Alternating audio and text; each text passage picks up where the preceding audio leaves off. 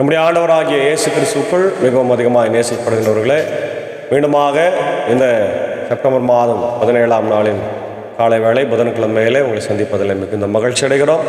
Word of God ministry சார்பாக உங்களை வாழ்த்துகிறோம், ஸ்தோத்திரங்களை தெரிவித்துக் கொள்கின்றோம். இந்த காலை நேர இறை தியானத்தை ஆரம்பிக்கலாம். நமது ஆரம்பம் பிதா குமாரன் பரிசுத்தாவின் நாமத்தில் உள்ளது. ஆமேன். ஜெபிப்போம். துதிகளின் மதிலே மகிமையோடு வீற்றிருக்கிற எங்கள் அன்புள்ள ஆண்டவரே, எங்கள் ராஜாதி ராஜாவே, கர்த்தாதி கர்த்தாவே, இந்த ஆசீர்வதிக்கப்பட்ட மன மகிழ்ச்சியான காலை வேளைக்காக நன்றி ஆண்டவரே. கடந்து போன இரவில் எங்களோடு இருந்து எங்களை காத்தீர் ஆண்டவர். அயர்ந்த நித்திரையை கொடுத்து இளைப்பாறுதலை தந்து ஜீவனை தந்து காலை வேளையிலே உயிரோடு எழுப்பியிருக்கிற நன்றி ஆண்டவர். இந்த நாளின் பணிகள், பயணங்கள், போக்குவரவுகள் எல்லாவற்றையும் ஆசீர்வதியும். இந்த நாளின் இறை செய்தி, பாடல் வேலை, ஜெப வேலையை கர்த்தர் எங்களுக்கு ஆசீர்வதியும். இந்த குழுவை நீர் எடுத்து பயன்படுத்தும். இந்த நாளின் கேட்கிற செய்திகள் எங்களுக்கு ஆசீர்வாதமாக இருக்கட்டும். இறை மைந்தன் இயேசுவின் மூலம் ஜெபிக்கிறோம் நல்ல பிதாவே. ஆமேன். காலை வேளையில் 27வது பாடலாக நம்முடைய பாடல் புத்தகத்தில் தோத்திரம் கிருபை கூரையா விழிப்பாறையா விழிப்பாறையா என்ற பாடலை அவரோடு இணைந்து நாம் பாடுவோம். 27வது பாடல்.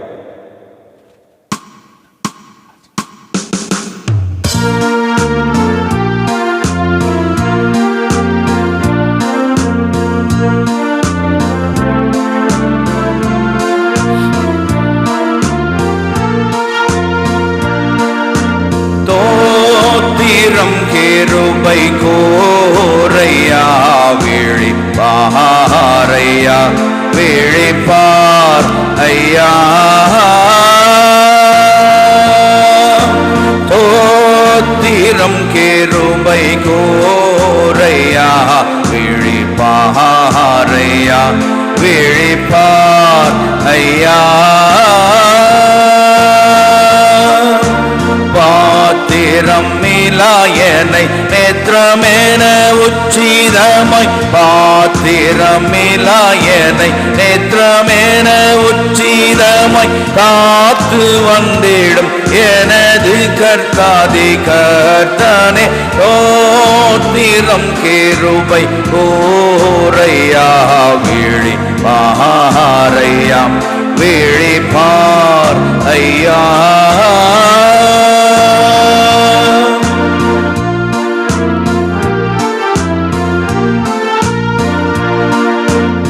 இந்த நாளளவிலும் வந்த துன்பம் யாவுமே, இந்த நாளளவிலும் வந்த துன்பம் யாவுமே எந்தனை விட்டகலவே இறங்கிய தேவனே, தோத்திரம் கிருபை கோரையா விழிப்பாறையா விழிப்பார் ஐயா,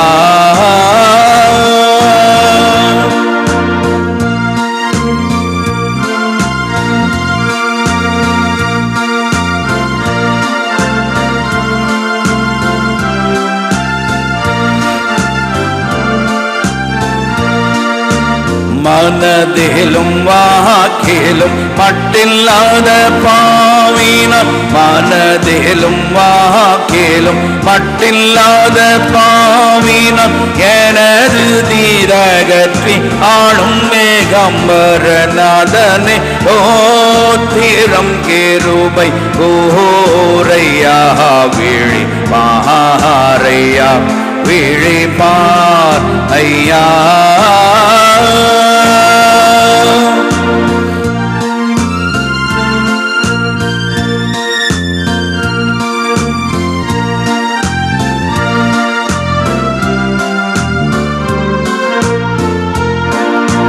போதனே நீதனே புனித சத்யவேதனே, போதனே நீதனே புனித சத்யவேதனே, ஈதனே தாசர் தூதி கேளும் இயேசுநாதனே, தோத்திரம் கிருபை கோரையா விழிப்பாறையா விழிப்பார் ஐயா, தோத்திரம் கிருபை கோரையா விழிப்பாறையா விழிப்பார் ஐயா.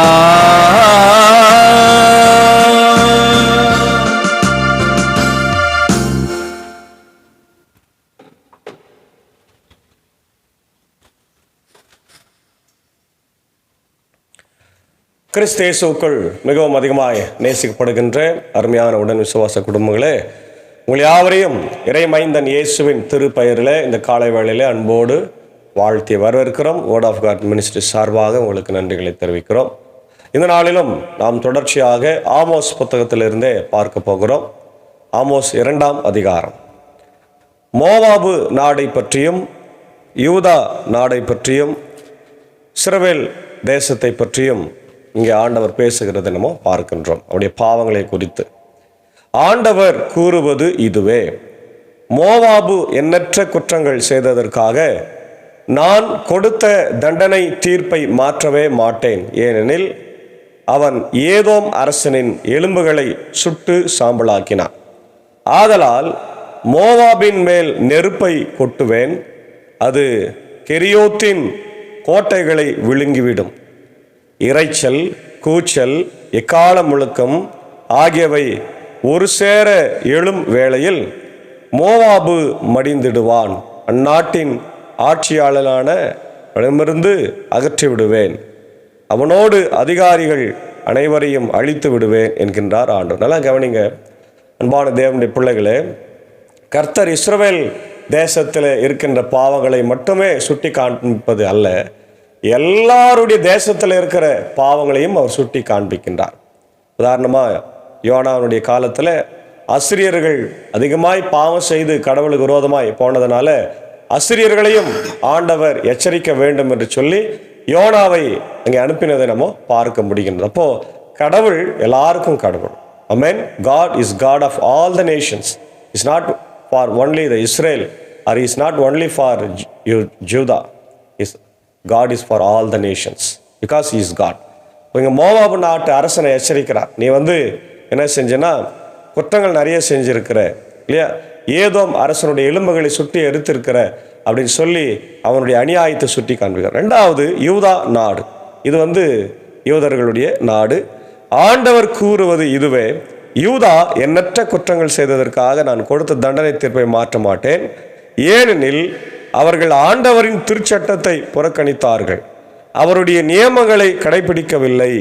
அவர்களுடைய தந்தையர் பின்பற்றிய பொய் தெய்வங்கள் அவர்களை வஞ்சித்து விட்டன. ஆதலால் யூதாவின் மேல் நெருப்பை கொட்டுவேன், அது எருசலேமின் கோட்டைகளை விழுங்கிவிடும். நல்லா கவனிங்க, இஸ்ரவேல் மக்கள் எப்பொழுதுமே அவங்க செய்கிற ஒரே தவறு கடவுளை மறந்து விடுவது, கடவுளை விட்டு விடுவது.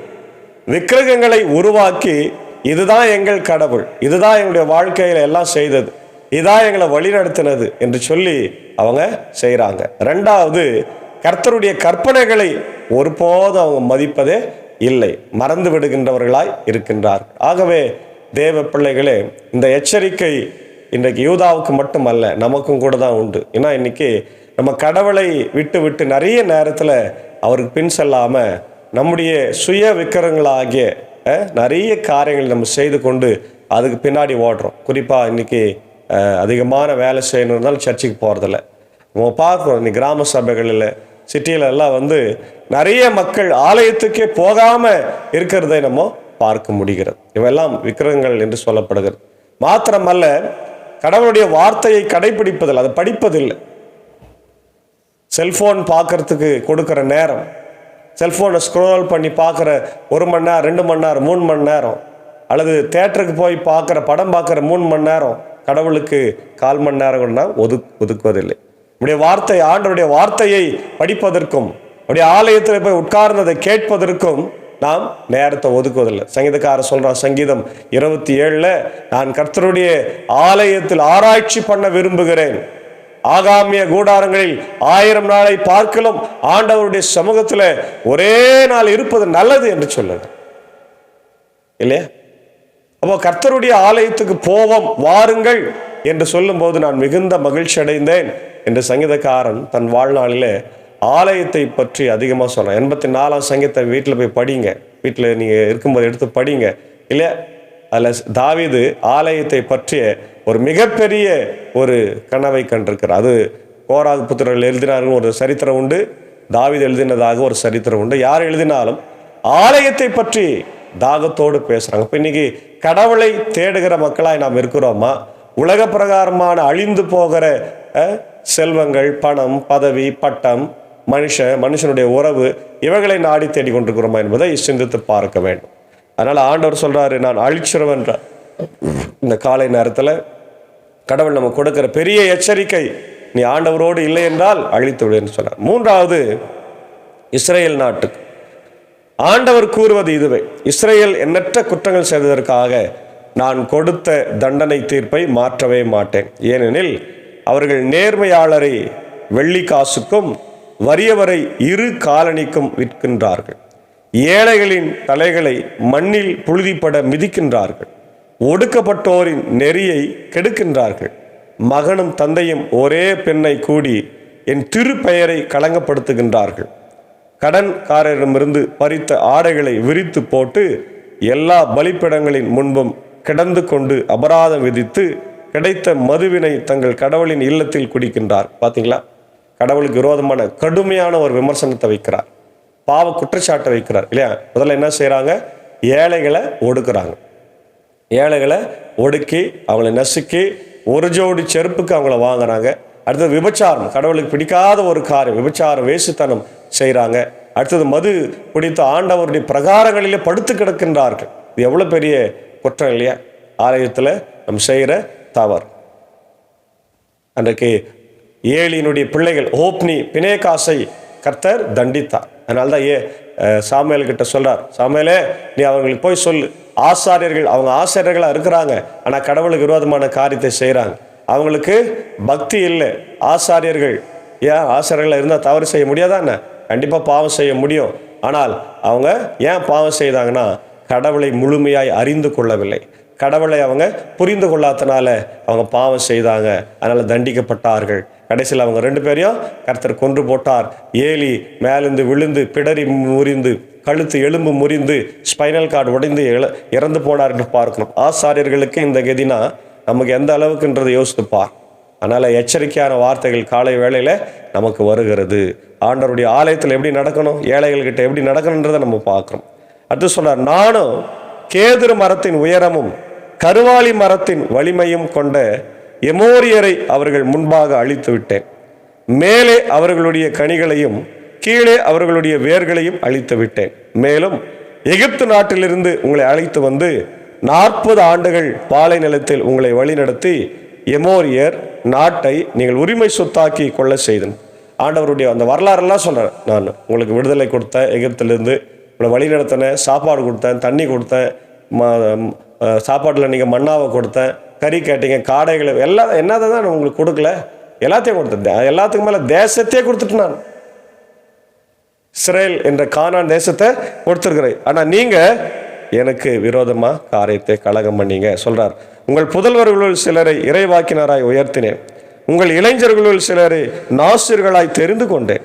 இஸ்ரேல் மக்களே, இது உண்மை என்றோ என்கின்றார் ஆண்டவர். ஆனால் நீங்கள் நாசிர்களை மது அருந்த, நாசிர்கள் என்று சொன்னால் ஆசாரியர்கள், நசீர் பொருத்தனைகள், தலைமுடி வெட்டக்கூடாது, தீர்க்கதரிசிகள், அவங்களாம் பாவம் செய்கிறாங்க. இறைவாக்கினருக்கு இறைவாக்கு உரைக்க கூடாது என்று கட்டளையிட்டீர்கள். வைக்கோல் பொதி நிறைந்த வண்டி அழுந்துவது போல உங்களையும் நீங்கள் இருக்கும் இடத்திலேயே அழுத்துவேன். விரைந்தோடுகிறவனுக்கு தப்ப முடியாது, வலிமை உள்ளவனும் தன் வலிமையை இழந்து விடுவான், வீரனாலும் தன் உயிரை காத்து கொள்ள முடியாது. வில்லேந்தும் வீரன் எதிர்த்து நிற்க மாட்டான், விரைந்தோடுபவனும் தன்னை காப்பாற்றிக் கொள்ள மாட்டான். குதிரை வீரனாலும் தன் உயிரை காத்து கொள்ள முடியாது. அந்நாளில் வலிமை மிக்கவர்களுள் நெஞ்சுரம் கொண்டவனை கூட படைக்கலன்களை தூக்கி எறிந்து விட்டு ஓடுவான் என்கின்றார் ஆண்டவர். அன்பான தேவ பிள்ளைகளே, இந்த காலை வேளையிலே இந்த அருமையான செய்தியின் வழியாக கடவுள் நம்மளை எச்சரிக்கிறார். மற்ற நாடுகளையும் எச்சரிக்கிறார், நம்ம நாட்டையும் எச்சரிக்கிறார் இல்லையா. யூதா இஸ்ரேலையும் அதே நேரத்தில் மோவாபு போன்ற நாடுகளையும் எச்சரிக்கிறார். பாவம் செய்யாமல் ஆண்டவருடைய பாதத்தில் நம்ம அமர்ந்து வாழும். ஆங்கிலத்தில் நம்ம பார்க்கணும், the sin of Judah and Israel and Moab. Continuing the themes, almost two continues. The theme of God's judgment on Judah and Israel, highlighting their sins and impending punishment. God's justice. The chapter emphasizes God's justice and expectation of the righteousness from his people. Judgment on Judah, almost 2:4-5. Rejection of God's law. Judah has rejected God's law and failed to keep his commandments. Idolatry and sin, Judah's idolatry and sin have led to God's judgment. Judgment on Israel, social injustice. Israel's social injustice, including oppression of the poor and needy, has led to God's judgment. Spiritual adultery. Israel's spiritual adultery, including idolatry and syncretic worship practices, has provoked God's wrath. Privilege and responsibility. Israel's privilege as God's chosen people has not exempted them from accountability for their actions. Key points: God's judgment is coming. Be ready. Accountability: God will ask you account. Call to repentance. Third, final, the conclusion, the importance of righteousness, reflection and application. சில அவருடைய வார்த்தைகளை நம்ம ஒப்பிட்டு பார்க்கும்போது ஜட்ஜ்மெண்ட்டை பற்றி நம்ம பார்த்தோம்னா ஏசாயா 1 வருது, ஓசியா 4 பார்க்குறோம், மீகா 3 பார்க்குறோம். சோஷியல் இன்ஜஸ்டிஸ், சமூக அநீதி, நீதிமொழிகள் 14 பார்க்குறோம், யாக்கோபு 2, ஏசாயா 10. அதே போல் ஐடலேட்ரி அண்ட் ஸ்பிரிச்சுவல் அடல்ட்ரி, விபச்சாரமும் அதே நேரத்தில் சிலை வழிபாடையும் உபாகமத்தில் 31 பார்க்குறோம், இசைக்கேல் 16, வெளிப்படுத்தின விசேஷம் 2 பார்க்குறோம். ரிப்பன்டன்ஸ், கால் டு ரிப்பன்டன்ஸ், மனம் திரும்புதலுக்கான வார்த்தைகள் யோவேல் 2, யோனா 3, மத்தேயு 4. காட்ஸ் ஜஸ்டிஸ், கடவுளுடைய நீதி, சங்கீதம் 89, ஏசாயா 30, ரோமர் 2, 6-11. அன்பான தேவ பிள்ளைகளே, பாவம் என்பது எவ்வளோ பெரிய கொடூரம். அது மக்களுக்கு செய்தாலும், நண்பர்களோடு செய்தாலும், ஆலயத்தில் செய்தாலும் அதை விட கொடுமையானது உலகத்தில் எதுவும். அதனால் இந்த காலை நேரத்தில் பாவங்களிலிருந்து மனம் திரும்பி ஆண்டவருடைய பிள்ளைகளாய் வாழ தூய ஆவியானவர் உம்மை பலப்படுத்தி காப்பாராக. ஆமேன். ஜெபிப்போம். துதிகளின் மத்தியிலே மகிமையோடு வீற்றிருக்கிற எங்கள் அன்புள்ள ஆண்டவரே, எங்கள் ராஜாதி ராஜாவே, கத்தாதி கத்தாவே, இந்த காலை வேளையிலே உம்முடைய சமூகத்தை நோக்கி பார்க்கிறோம். கடந்து போன இரவில் எங்களோடு இருந்து எங்களை காத்தேன். குறிப்பாக ஆண்டவரே, கேட்ட வார்த்தைகளுக்காக ஸ்தோத்திரம். ஆமோஸ் தீர்க்கதரிசன புத்தகம் சமூக அநீதியை எதிர்த்து பேசுகின்ற ஒரு புத்தகம். இன்றைக்கு ஆண்டவரே, 100 ஆண்டுகளுக்கு முன்னதாக பெரியார் அதை பேசினார். பின்பு திராவிட கழகங்கள் பேசி கொண்டிருக்கிறது. ஆனால் நீரோ ஆண்டவரே 5000 ஆண்டுகளுக்கு முன்னதாகவே சமூக நீதியை பற்றி பேசியிருக்கிறேன். ஆமோஸ் வழியாக இஸ்ரவேல் மக்கள் ஆண்டவர் ஏழைகளை ஒடுக்கினதும் ஆலயத்திலே பாவம் செய்ததும் குறித்து எச்சரிக்கை கொடுத்திருக்கிறேன். அதை எங்கள் வாழ்க்கையிலே நாங்கள் பற்றி பிடித்து இந்த உலகத்தில் உமக்கு சாட்சியாய் வாழ கிருபை தார். இந்த வார்த்தைகளை கேட்டுக்கொண்டிருக்கிற அகில உலகத்தில் இருக்கிற எல்லா மக்களையும் ஆசிரும். நண்பர் சாரியம், ஏஞ்சக்காவையும், அன்பான பிள்ளைகள் மார்த்தால் மரியாளியும், அன்புக்குரிய சாகசாரியம் டீச்சரையும் ஆண்டவர் எடுத்து பயன்படுத்துங்க. ஆண்டவரே, பயன்படுத்தி வருவதற்காக ஸ்தோத்திரம். தொடர்ந்து உடைய கிருபை எவ்வளோடு தங்கிட்டோம். அடியேனையும் ஆண்டவரே, குடும்பத்தார் எடுத்து பயன்படுத்த அடியன் பணியாற்றுகிற பாப்பனப்பள்ளியும், இன்னொரு வடகரை, மேல்சானம் திருச்சபைகளை, குடும்பங்களை ஆசிர்வதிங்க. உலக நாடுகளுக்காக ஜெபிக்கிறோம். ஆண்டவர் இஸ்ரேல் அமாஸ் போரை ஆண்டவர்கள் பார்க்கும் தீவிரமடைந்து கொண்டிருக்கிறது. தயவு செய்து அது அப்படியே போனால் ஆண்டவரே உலக போராய் மாறுவதற்கான வாய்ப்பு இருக்கிறது சொல்கிறாங்க. அதிலிருந்து எங்களை காத்திரலும். அதே போல் உக்ரைன் ரஷ்யா போர்லேருந்து காத்திரலும். உலக நாடுகள் அமைதி சமாதானம் தங்கியிருக்கட்டும். இந்தியா மீது அமெரிக்கா விதித்திருக்கிற ஆண்டவரே இந்த வரி விதிப்பை மாற்றுங்க. அமைதி ஒரு சூழ்நிலையை கொண்டு வாருங்க. என்னுடைய தமிழக மக்கள் ஷூ கம்பெனியில் வேலை செய்கிறவங்க, திருப்பூரில் வேலை செய்கிறவங்களாம் பாதிக்கப்பட்டிருக்கிறாங்க. ராஜா, கண்ணோக்கி பார். என்னுடைய இந்திய தேசத்தினுடைய பாரத பிரதமருக்காக, ஜனாதிபதி ஆண்டவரே, அனைத்து அமைச்சர் பெருமக்களுக்காக, மத்திய அமைச்சர்களுக்காக, மாநிலத்தினுடைய முதலமைச்சர், கவர்னர், அமைச்சர் பெருமக்களுக்காக வேண்டிக் கொள்கிறோம். இந்தியாவுடைய அனைத்து மாநிலத்தின் முதலமைச்சர்களுக்காக ஜெபிக்கிறோம். அமைதி சமாதானத்தை என் தேவன் ஏற்படுத்தித்தார். இந்த காலை வேளையில் இந்திய சோஷியல் உத்தரன் திருச்சபை, 3 சபை சங்கங்கள், போதகர்கள், ஊழியங்கள், ஸ்தாபனங்கள், பள்ளிக்கூடங்களுக்காக ஜெபிக்கிறோம். கர்த்தர் காத்தருளும், வழிநடத்தும், தேவையை சந்தியும். ஆண்டவர் குறிப்பாக கண்கடை இறையல் கல்லூரிக்காக ஜெபிக்கிறோம். தேவைகள் நிறைய உண்டு என்று ஆண்டவர் முதல்வர் அவர்கள் கடிதம் எழுதியிருக்கிறார். அதை வைத்து நான் திருச்சபையில் ஜெபித்து உதவி செய்ய கர்த்தர் கிருபை தார். சித்தமானால் அமெரிக்க தேசத்திலிருந்து அதற்கான ஃபண்டிங்கை ஆண்டவர் அவர்கள் கொடுக்க கிருபை தருணமாக ஜெபிக்கின்றோம். கர்த்தாவே, இந்த நேரத்தில் முதல் திருமண நாளை கொண்டாடுகின்ற என்னுடைய அன்புக்குரிய திருவள்ளுவர் பள்ளியில் ஆண்டவரே மூத்த ஆசிரியரை பணியாற்றுகிற விஜயகுமார் சார், புஷ்பாவுடைய அன்பான பிள்ளைகள் வித்யா, தீபக் அவர்களுக்காக ஜெபிக்கிறோம். கர்த்தாவே, இந்த 1ஆம் ஆண்டு திருமண நாளை கர்த்தர் ஆசீர்வதிங்க. பிள்ளைகளை ஏற்ற வேளையிலே அவர்கள் கொடுத்து ஆசீர்வதித்தீர். இதோ அன்பான பிள்ளை செல்வங்கள் வளர்ந்து ஆண்டவரை பெரியவர்களாகி திருமணத்தில் நீர் இணைத்திருக்கிறேன் என்று செலுத்துகிறோம். ஆண்டவரே, மனிதன் தனியாக இருப்பது நல்லதல்ல என்று சொல்லி ஏற்ற வேளையிலே ஆண்டவரே ஆதாமுக்கு ஏற்ற துணையாக ஏவாளை கொடுத்தவர். இந்த பிள்ளைகளை வித்யாவையும் தீபக்கையும் இணைத்திருக்கிறேன். இந்த 1ஆம் ஆண்டு திருமண நாளை கர்த்தர் அதிகமாய் ஆசீர்வாதியும், எல்லா தேவையான சந்தியும். அதே போல் அன்புக்குரிய விஜயகுமார் சாரையும் புஷ்பா அவர்களையும் ஆண்டவரே அவருடைய பணிகளையும் ஆசீர்வாதியும். அதே போல் விசேஷமாக என்னுடைய அன்புக்குரிய அண்ணன் ஆண்டவரே தாஸ் டிக்கிகஸ் அவர்களுக்காக ஜபிக்கிறோம். யுஎஸ்ஏவில் பணியாற்றி கொண்டிருக்கிறார். ஆசீர்வதிங்க. இந்திய ஆண்டவர் மக்கள் மீதும் இந்திய சுவிசேஷ லுத்தரன் திருச்சபையின் மீது அதிகமாய் கரிசனை கொண்டவர். இந்த நாளிலே தன் பிறந்த நாளை கண்டு நன்றி செலுத்துகிற போது நம்முடைய கிருபை அண்ணனோடு தங்கியிருக்கணும். அன்பு மனைவி, பிள்ளைகளை, குடும்பத்தை ஆசீர்வதியும். இந்நேரத்தில் அவருடைய அன்பு தகப்பனார், தாயார் எல்எஸ்எம் சாருக்காக, அவருடைய இந்திரா பிரேமா டீச்சருக்காக நான் ஜபிக்கின்றோம். வயதான நாட்களிலே அவருடைய கிருபை அவளோடு கூட தங்கியிருக்கணும். அதே போல் அவருடைய அன்பு பேரன் லியோ அண்ணனுடைய ஆண்டவரே மகன் எபினேசர் அவர்களுக்காக நான் ஜபிக்கிறோம். கர்த்தாவே, அவர்களை ஆசீர்வதிங்க ராஜா. லியோ அண்ணனுக்காக நான் ஜபிக்கிறோம். அவர்களை ஆசீர்வதி வழிநடத்தும். தேவையில்லாம் சந்தியராக இந்த பிறந்தநாள் இந்த பிள்ளைகளுக்கு ஆசீர்வாதமாக இருக்கட்டும். இன்னும் யாரெல்லாம் பிறந்த நாட்களை, திருமண நாட்களை காணுகின்றார்களோ எல்லாருக்கும் நம்முடைய இறை ஆசிரியர்களை பரத்திலிருந்து நீ தந்து வழிநடத்த வேண்டும் என்று கெஞ்சம் என்றார்கள். இந்த நாளின் எல்லா பணிகளையும் ஆசீர்வதிங்க. ஆண்டவர வியாதியஸ்தர்கள், பலவீனங்கள், படுக்கையில் இருக்கிறவங்களுக்காக வேண்டிக் கொள்கிறோம். கண்ணோக்கி பாருங்க ராஜா. அந்த நேரத்தில் எல்லாருடைய பலவீனங்களை மாற்றி ஆண்டவர் நல்ல சுகபலன் ஜீவனை தார். இந்த நாளின் எல்லா ஊழியத்தையும் பணிகளையும் கர்த்தர்களுக்கு ஆசீர்வதியும். இதை கேட்டுக்கொண்டிருக்கிற, பார்த்து கொண்டிருக்கிற ஒவ்வொருவருக்கும் விடுதலை, சமாதானம், சந்தோஷத்தை தந்து வழி நடத்தும். இறை மைந்தன் இயேசுவின் திருப்பெயரில் ஜபிக்கிறோம். ஜெபம் கேளும் நல்ல பிதாவே, ஆமேன்.